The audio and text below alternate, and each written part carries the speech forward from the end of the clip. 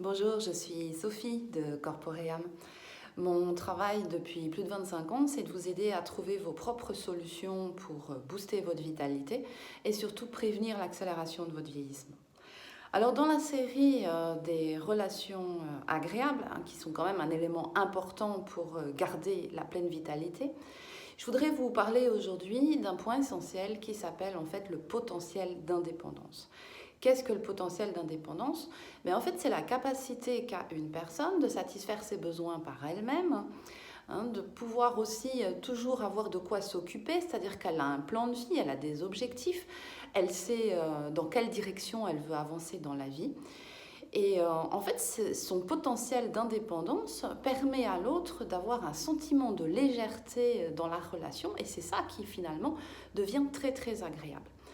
Et pourquoi le potentiel d'indépendance donne ce sentiment de légèreté? Parce que déjà, il est extrêmement déculpabilisant. C'est-à-dire que vous n'êtes pas coupable, vous ne vous sentez pas coupable quand vous n'invitez pas tout le temps cette personne à rentrer dans votre vie, parce que vous savez qu'elle-même, elle a sa vie, elle a ses choses à gérer, elle a de quoi faire en fait. D'autre part, c'est intéressant parce qu'on n'a plus ce sentiment d'obligation.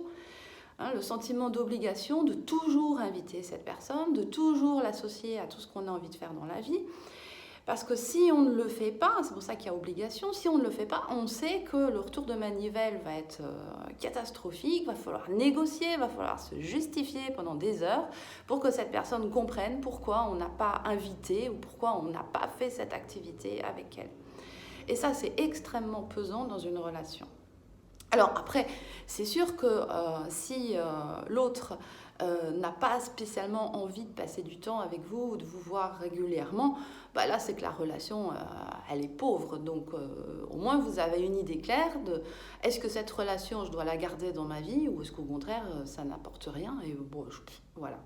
Tandis que si vous êtes toujours en train de négocier, en train d'essayer de vous associer à la vie de l'autre, et que l'autre se sent obligé en permanence de vous associer à sa propre vie, finalement, vous n'avez jamais le feedback de savoir si est-ce qu'il le fait parce qu'il en a vraiment envie ou est-ce que l'autre le fait par obligation. Tandis que là, avec le potentiel d'indépendance, vous êtes vite fixé finalement.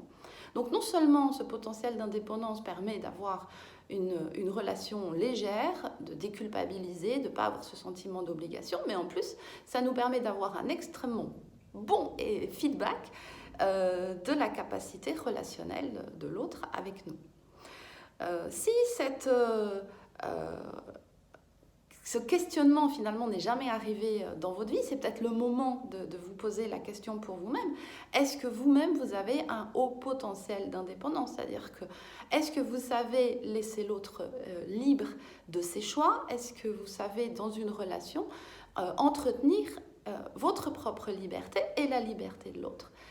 Ça, c'est une question qui serait intéressante de vous poser. Si cette vidéo vous a plu, n'hésitez pas à liker et puis au plaisir de vous retrouver dans une prochaine vidéo qui sera de toute façon sur le sujet des relations agréables parce qu'il y a encore beaucoup de choses à dire. À bientôt, au revoir.